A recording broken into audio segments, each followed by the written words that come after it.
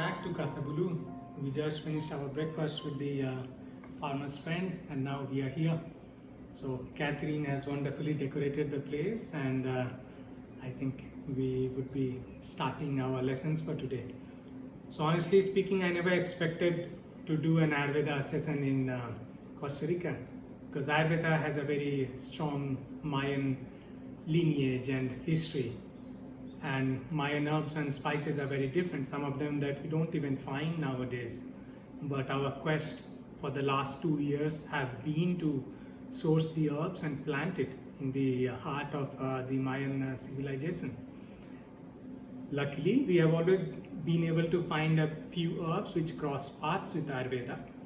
And that's what we thought that we will do, is to do a session on Ayurveda in the Mayan land. But before we delve deeper into Ayurveda, I would like to introduce the basics of Ayurveda. Those who have been using Ayurveda for some time, they would know what Ayurveda means. But there are 3-4 facts that I would like to state here and few of the knowledge that I would like to share. So Ayurveda, 3 body types that we always mention: Vata, Pitta and Kapha. So these 3 body types are composed of the 5 elements.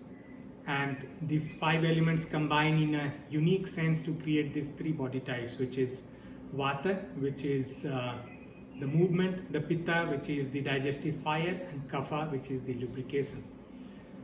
So, and the 5 elements that we are mentioning is space, fire, air, earth, and water.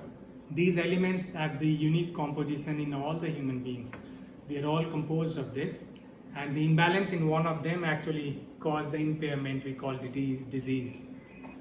Apart from these elements, we also have 6 tastes that we call sweet, sour, salty, pungent, bitter and astringent. So the sweet taste is very comparable to what we call carbohydrate in the Western nutrition. Sweet doesn't mean only dessert. Sweet means the inherent properties of the food. So the added sugar can be an example of sweet, but the best example of sweet is the ingredients which are primarily composed of carbohydrates.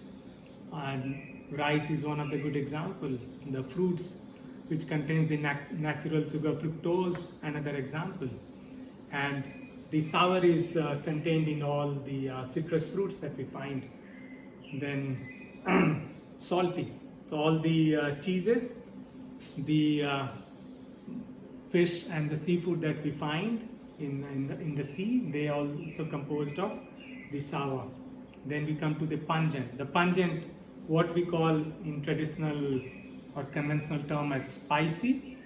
So you know, pepper contains capsaicin, and that's where the pungency comes from. In the leafy vegetable, the taste of pungent, bitter and astringents are naturally there.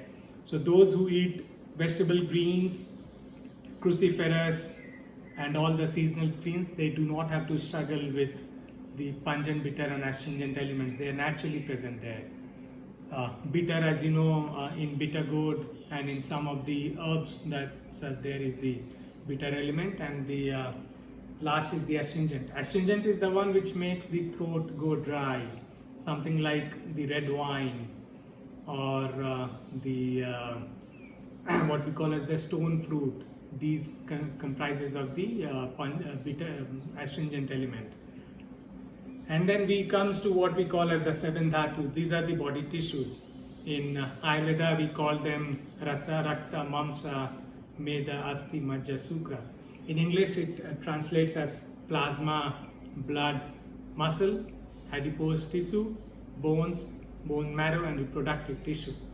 Any impairment in the digestion leads to the impairment in one of the 7 body tissues, and that's where we see the rise, what we call as disease or ailment. So Ayurveda very comprehensively deals with the balancing.